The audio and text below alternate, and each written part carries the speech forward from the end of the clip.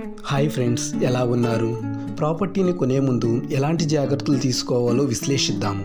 ప్రతి మనిషి తన జీవితంలో ఒక సొంత ఇల్లు ఉండాలనో, ఒక ల్యాండ్ ఉండాలనో, భూమి మీద ఇన్వెస్ట్మెంట్ చేయటం కానీ, బతకడం కోసం కానీ ప్రాపర్టీస్ని కొనటం జరుగుతుంది. అతిపెద్ద లిటిగేషన్ ఏమైనా ఉంది అంటే అది స్థలాలకు సంబంధించిందే.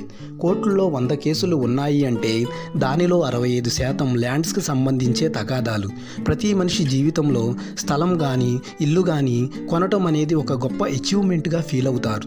ఒక స్థలం కొనేటప్పుడు కానీ, ఒక ఇల్లు కొనేటప్పుడు కానీ ఒక అడ్వకేట్ని కలిసి లీగల్ ఒపీనియన్ తీసుకుందాం అనుకునేవారు చాలా తక్కువ మంది ఉంటారు.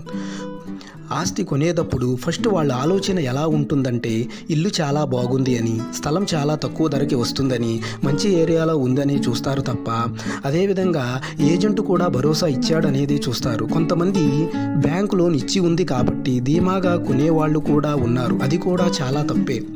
అసలు ఎలాంటి డాక్యుమెంట్స్ని చూడాలి అంటే, ప్రాపర్టీని కొనేటప్పుడు ఆస్తికి సంబంధించి 30 ఇయర్స్ లింక్ డాక్యుమెంట్స్ని చెక్ చేసుకోవాలి. ఆ 30 ఇయర్స్లో ఈ ప్రాపర్టీ అనేది లీగల్గా ట్రాన్స్ఫర్ అయ్యిందా లేదా అనేది కూడా చెక్ చేసుకోవాలి. వాళ్ళు నిజంగా లీగల్ ఓనర్సేనా, మైనర్స్ ఎవరైనా ఉన్నారా అనేది కూడా చెక్ చేసుకోవాలి. లేదా డాక్యుమెంట్ రాసేటప్పుడు ఏమైనా తప్పు ఉందా అనేది కూడా చూస్తాము. స్టాంప్ డ్యూటీ కరెక్ట్గా కట్టారా లేదా అనేది కూడా చెక్ చేసుకోవాలి. కొన్ని ప్రాపర్టీకి పర్మిషన్స్ కూడా చెక్ చేసుకోవాలి. ఎల్ఆర్ పర్మిషన్, లేఅవుట్ పర్మిషన్ లాంటివి.